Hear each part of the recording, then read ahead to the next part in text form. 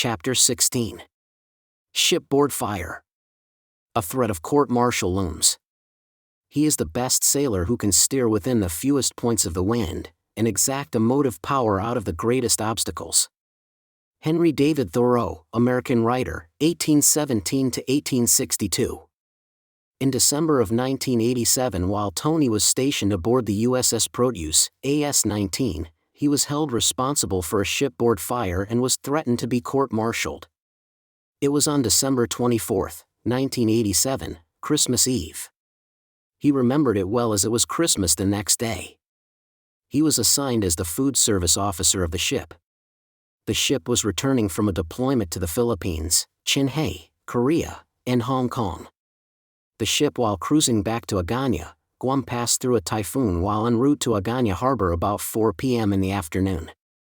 Liberty was granted to off-duty sections. When dinner was done, the day cook watch captain on duty was relieved by the night watch captain who was to prepare the Christmas meal for the next day. Before leaving, the duty day cook reported to the A-Gang, engineering department, to enter in the engineer logbook, that the Deep Fat Fryer No. 2 was out of commission.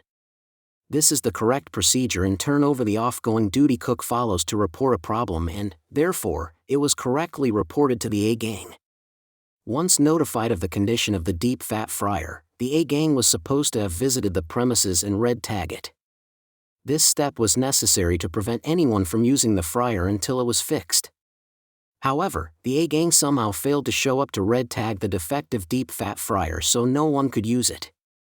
So it was not done by the A-Gang. The duty cook that evening was not informed and therefore was not aware of the problem. Since there was no red tag placed on it, the night watch captain filled up the deep fryer with new grease to prepare for the next day's Christmas feast. He then turned on the deep fat fryer to melt the grease. He then left the galley and went to the bathroom. He later realized that a fire started from the deep fat fryer. The automatic shutoff failed and CO2 foam fryer failed to function. The fryer overheated and caused a shipboard fire. A breaking news alert was announced on TV requiring all officers and men aboard the Produce to return back to the ship. The ship firefighters were able to extinguish the fire, but the whole galley was damaged. Tony arrived on board and was met at the quarterdeck by the commanding officer, executive officer, supply officer, engineering officer, and safety officer. The supply officer informed Tony that night that he was being relieved from his job for further investigations. Later in the week, Tony was accused of 1. Dereliction of duty for not following the 3 maintenance systems, 2. Fraud for maintenance of records, 3. Misappropriation of government funds, and 4. Finally, conduct unbecoming of an officer. Tony pleaded not guilty, knowing all accusations were false. He had found out for himself that his petty officer on duty told the engineering department that evening to red tag the equipment. All the crew members in his department were interviewed. Tony was interrogated by the Naval Investigation Service and subjected to a polygraph machine lie detector test, which turned out to be negative on all counts. His crew members were asked what kind of an officer Tony Pizarro was. He was also told by the Navy lawyer to hire his own defense lawyer to defend himself, for his case was too serious. After 6 months of constant scrutiny, the truth came out in the end. The blame was placed on the shoulders of the engineering officer for not following instructions. He consequently lost his job. But that was not the end of Tony Pizarro's problem, as he had another hurdle to overcome. At that time, it was a practice of servicemen to request for picnic supplies on weekends, like food items and other materials. It was found out there were a lot of items missing. Tony, as food service officer, released the items to them, but not without the signed permission of his superior. All that time, Tony held on to the logbook. It was his lifeline. He planned to use it as evidence to show his actions had the approval of his superiors. He kept it a secret and did not tell anybody about it. But before he was able to show the log, he was told he was exonerated. Later, he asked his executive officer, Commander Alvarez, what exonerated meant. It means all the charges against you are dismissed, he was told. The board found out he was not responsible for the missing supplies because the final approval rested on his superiors who signed the requests. It was one of the happiest days of his life. However, although he cleared his name, Tony was told by his detailer in Washington, D.C. that his career had ended aboard the Produce as ordered by the higher-ups and for him to retire from the service. This incident somehow tarnished his reputation. But Tony refused to give up, knowing that he was innocent, and decided to fight it all the way to a court-martial hearing. "Your career has ended in Guam," he was even told. For 6 months, he was in limbo, without a job.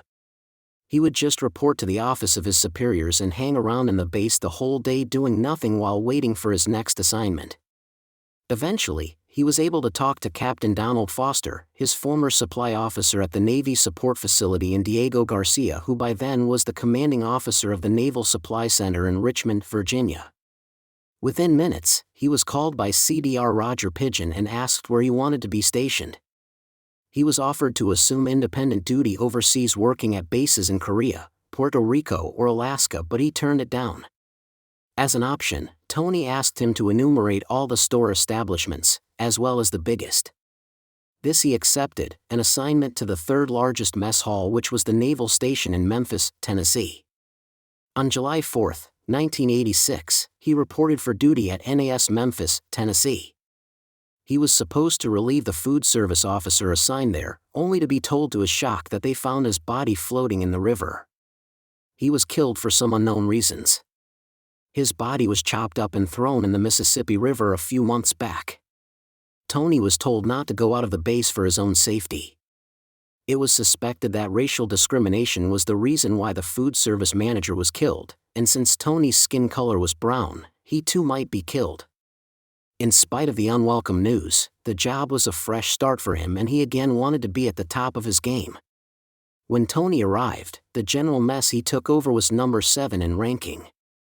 He turned it around until it became number 1 in the Naval Air Station community. Soon enough, another crisis would call him home to San Diego. When the 21-unit condominium project he and his wife were building in National City in San Diego, California, was abandoned by its building contractor, Tony asked for an early transfer to San Diego to attend to the problem. As the story goes, he found out the building contractor had taken off with the construction money after assuring his wife that the project was going on smoothly to induce her to approve his requests for the release of funds. However, when the funds were exhausted, the contractor left before the project could be completed. It was a scam.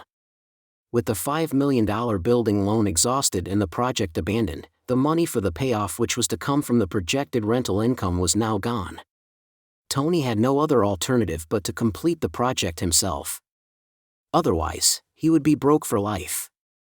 Tony's transfer request was granted by the Department of Navy and he reported immediately to the Coronado Naval Station, North Island, in San Diego, California. He was there from January 5, 1989 until his retirement on April 1 SUP that year.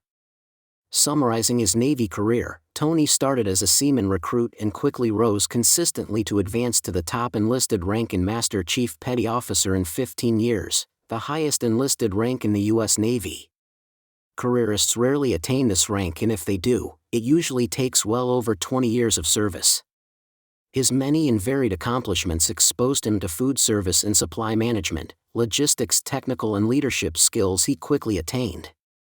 These accomplishments resulted in his selection for commissioning in the Navy Warrant Officers Program as U.S. Navy Supply Officer 4 in 1989. During that tenure of his active duty service, he received many accolades of naval commendation and Navy Achievement Medals. For Tony, it was an honor for him to have served the United States Navy for a total of 30 years, 11 days. He truly believes that if one served in the Navy honorably, he would be rewarded in return.